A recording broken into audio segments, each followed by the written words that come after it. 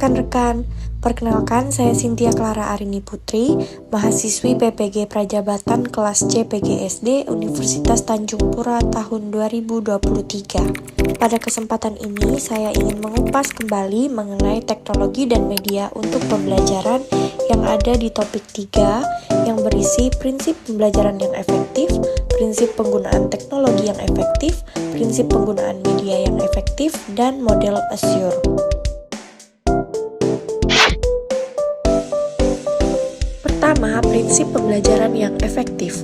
Guru berperan untuk membangun pengalaman belajar yang mendorong hasil belajar yang telah ditentukan, di mana pada bagian ini nanti peserta didik akan mencapai hasil belajar yang telah ditentukan dalam sebuah kegiatan pembelajaran.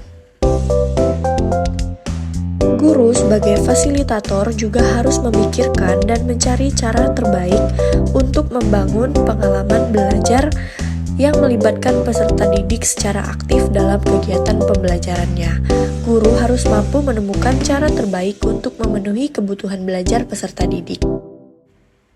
Lalu, beberapa prinsip yang dapat dilakukan guru supaya pembelajaran efektif. Yang pertama adalah melakukan penilaian pengetahuan sebelumnya. Guru perlu mengetahui sejauh mana pemahaman peserta didiknya. Kemudian, guru perlu mempertimbangkan perbedaan individu yang ada di tengah-tengah peserta didik, termasuk kepribadian, bakat, pengetahuan, serta materi pelajaran, dan banyak faktor lainnya. Kemudian, guru juga perlu menentukan tujuan pembelajaran agar peserta didik mengetahui ke arah mana pembelajaran yang akan mereka lakukan.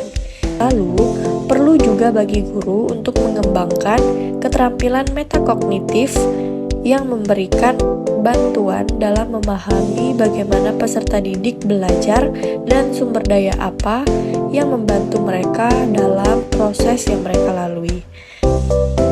Berikutnya, guru juga harus memberikan sentuhan interaksi sosial, di mana guru dan juga teman sebaya yang ada di lingkungan sosial siswa menjadi sumber yang memberikan sejumlah dukungan pedagogis dan juga sosial pada siswa. Kemudian, memasukkan konteks yang realistis, karena peserta didik memiliki kemungkinan besar untuk mengingat dan menerapkan pengetahuan yang disajikan dalam konteks dunia nyata. Berikutnya, melibatkan peserta didik dalam praktik pembelajaran yang sesuai, karena pengalaman belajar yang paling efektif di tengah peserta didik adalah mengharuskan mereka untuk mempraktikkan keterampilan yang membangun ke arah hasil yang diinginkan.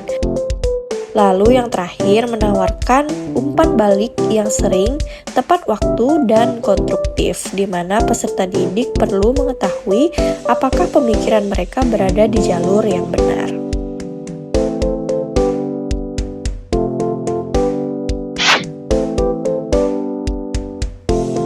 Yang berikutnya, prinsip penggunaan teknologi yang efektif, di mana guru harus kompeten dalam penggunaan teknologi dan pengajaran, sehingga guru juga diharapkan mampu membimbing peserta didik untuk menggunakan teknologi pembelajaran yang sesuai.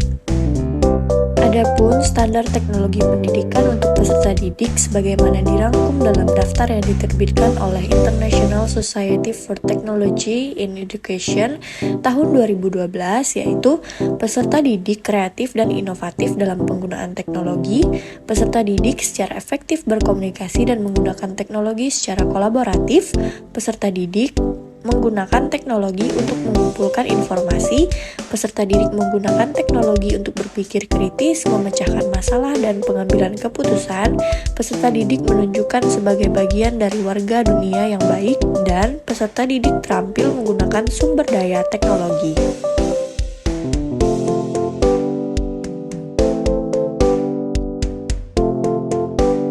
Selanjutnya, prinsip penggunaan media yang efektif, di mana teks, televisi, radio, beserta sejumlah sumber media lainnya memiliki peran untuk menjadikan peserta didik sebagai pengguna kritis dari sumber belajar untuk memastikan bahwa informasi dan kesimpulan yang diperoleh peserta didik adalah baik dan benar.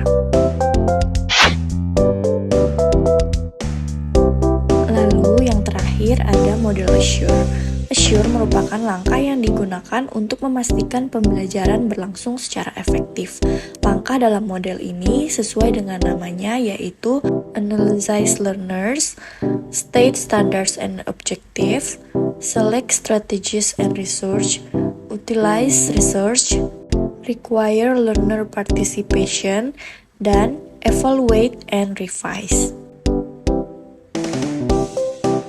Analyze Learners atau analisis peserta didik merupakan perencanaan untuk audiens dan karakteristik mereka, misalnya usia, jenis kelamin, latar belakang, sosial ekonomi, kesiapan mental, dan gaya belajar. Kemudian, State Standards and Objective merupakan rumusan tujuan pembelajaran, di mana guru harus mempertimbangkan kelas, audiens, atau peserta didik itu sendiri, perilaku mereka, juga jenis gelar yang mereka pelajari. Selanjutnya, Select Strategies and Research, di mana di sini guru memilih teknologi, media, dan juga bahan dari kumpulan bahan atau modifikasi yang dibuat baru. Lalu, Utilize Research, di mana memanfaatkan materi yang ditinjau dengan media teks atau teknologi. Kemudian, Require Learner Participation, di mana partisipasi dari peserta didik untuk mengumpulkan pandangan dan sasaran mereka. Dan yang terakhir ada Evaluate and Revise, di mana mengevaluasi media dan teknologi yang telah digunakan dalam pencapaian tujuan pembelajaran dalam kegiatan pembelajaran. Sekian pembahasan mengenai teknologi dan media untuk pembelajaran. Semoga bermanfaat dan terima kasih.